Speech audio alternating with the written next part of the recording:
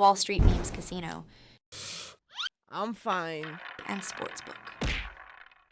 Oscar Bevis for IFL TV. Delighted to be joined by Mr. Otto Wallin. Otto, thanks for giving me some of your time.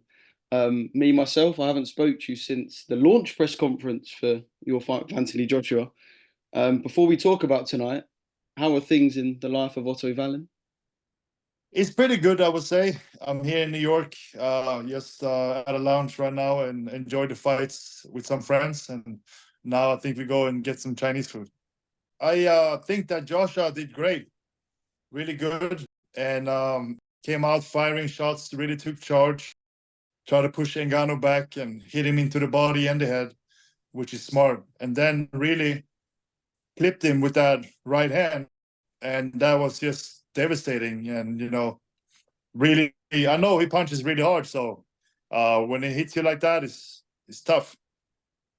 Obviously, we look at the performance that Francis Ngannou put in against Tyson, and we probably think pre-fight, or a lot of people think pre-fight, that this would be a fairly close matchup. I know Joshua was the bookie's favourite, but I suppose there's also an angle to look tonight and think that's a boxing master against a fair novice. Is that quite a fair comment? It is. But you gotta give it to Ngannou. He did really well with Fury.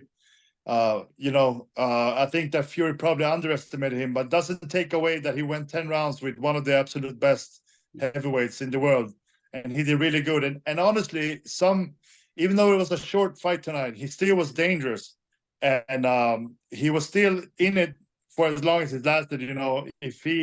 I give a lot of respect to Ngannou, because if he was in with somebody else, it probably would have been a different fight. But Joshua was just better tonight, and I still think that Ngannou has a lot in boxing, has a lot to offer, and he's a good fighter.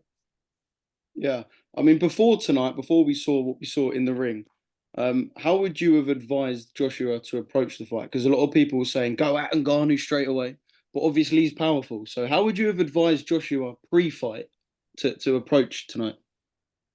Yeah, I would like to say I would have said exactly what happened, but no, like I said, take charge, but don't be reckless, because the guy is dangerous, and hit him to the body and try to counter him. I noticed that when Ngannou punches, he drops his hands a little bit, so you can punch with him, but if you punch with him also, you got to be careful, because he punches hard as well, so you can get clipped. But Joshua was smart. He used his feet well, and I think that's people can underestimate that. I know myself that he has pretty fast feet, so that's always important.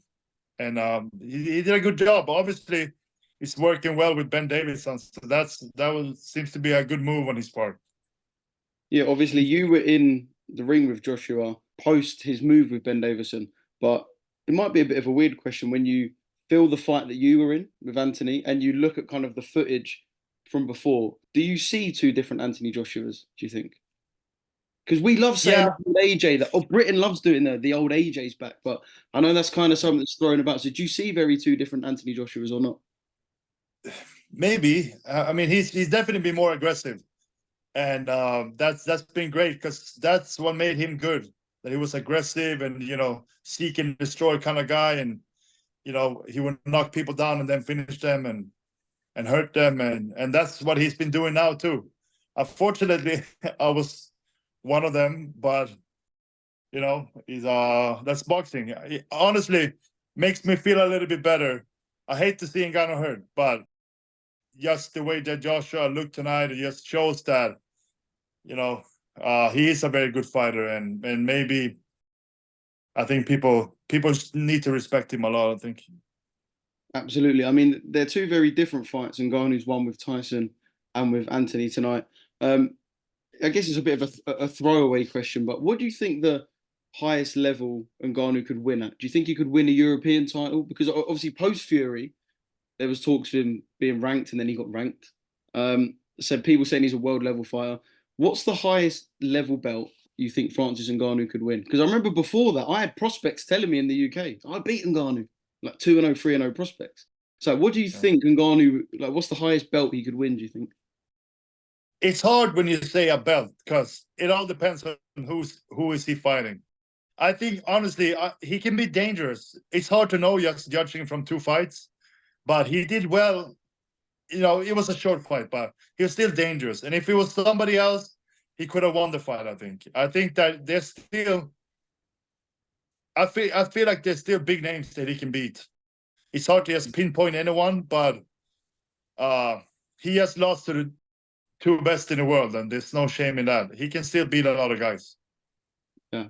In terms of Francis now, would you want to see him stay in boxing? I know Joshua said to him after, please stay in boxing. Obviously, he's waltzed into the sport and fought the two biggest names. So it's a bit strange, but would you want to see him stay in boxing? It's a great story, really. I think that boxing has been great for him. Probably he made a lot of money, probably a lot more than he made in the UFC, and that's good. He really deserves it. So it's up to him what he does now. I'm sure he has enough money to live pretty comfortably, I think. So I guess it's up to him. Maybe he go back to MMA and fight in a different organization than the UFC. Maybe gets paid better, or he stays in boxing. It's just, yeah, it's up to him. How does Otto Wallin fare against Francis Ngannou? I've asked this to a lot of heavyweights over the last week. Okay, interesting. Well, I think I can beat him. He's a dangerous fighter. He's a good fighter, like I said, but I'm also a very good fighter. I lost to Joshua, I lost to Fury, and those are like him actually. But there's those are two of the absolute best in the world, and I still have a lot of fights left in me, and I'm gonna show that. I'm working very hard to improve and come back better. So I've been training a lot. When are we going to see you next back in the ring? We're waiting for that. You know, in the UK that you're a loved fighter. That's good to hear. Thank you. I'm looking to get back in the summer. Probably maybe get a fight in Texas over here. Get a win and get back out there, and then hopefully I want to go back to Saudi in the fall. And is that where it's at now? If you're a big heavyweight fighter, not just heavyweights, but if you're a big heavyweight fighter, do you have to be looking at Saudi and kind of going, that's where I need to be? It's not where I need to be, it's where I want to be. They pay more, so that's good. And if I'm not fighting in Sweden, where I'm from, I want to fight at MSG here in New York. But other than that, I'm fine with fighting in Saudi. I like it over there. Yeah. Well, I spoke to Dillian the other day, and I know that he's pretty up for a fight with yourself. But we'll leave that for now. Let's just talk about Zang versus Parker quickly. Are you sure about that? Are you sure about that with Dillian? We were gonna fight before, and he pulled out 10 days before, right? With a shoulder injury. I know he went out to fight Fury and made what, 8 million or something. So it makes sense. But he pulled out of the fight, and then I think he blocked me on Instagram. I can't get a hold of him. So I don't know. But honestly, Dillian White, he has. You get me fired up now. He's clear. Well, he's been cleared by the Texas Commission, who he holds his license with. Obviously, we don't know too much of the details, but there's been some big heavyweight fights in Saudi, of course. Otto Wallin against Dillian White in Saudi Arabia. There is not a man who likes boxing who would not be licking his lips at the thought of that fight. No, if that's the case, then let's do it. Just make sure there's drug testing. I'm in as a fan. Just quickly on Zhilei Zhang and Joseph Parker. Did it go how you expected it to go? Somewhat. I think that I had Parker as the favorite.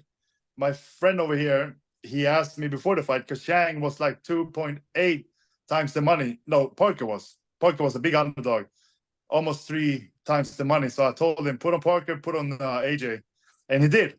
So you gotta give me dinner now. You've got some rich friends. You're telling me you've got some rich friends tonight. Yeah, they gotta pay me back somehow. So I'm hoping they pay for dinner. but no, I think that it was interesting. Parker, it was a very slow start. Then Parker got knocked down, and I don't know. The first 2 rounds, it was very hard to score. But then I felt like Parker was winning the rounds, except from when he got dropped again. So Parker deserved it. I felt like he was gonna do what he did, but Zhang is good, of course, very dangerous, but he wasn't just active enough. And yeah, Parker did a good job. Wall Street Memes Casino. I'm fine. and Sportsbook.